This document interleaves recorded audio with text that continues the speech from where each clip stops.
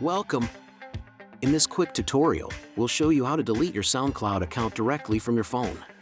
First, open the SoundCloud app on your smartphone. Make sure you're logged into the account you wish to delete. Next, go to your profile by tapping on the library icon located at the bottom right corner. Once in your profile, tap the settings gear icon in the top right corner for account options. Scroll down to find the delete account option. Tap it to proceed. Finally, follow the on-screen prompts to confirm your decision. And that's it. Your SoundCloud account is deleted. Thank you for watching. If you found this video helpful, please like and subscribe for more tips. Got questions? Drop them in the comments. We're here to help you with all your SoundCloud needs. Stay tuned for more tutorials aimed at enhancing your streaming experience. Remember, managing your accounts is key.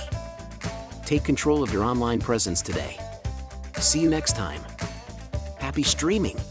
Goodbye.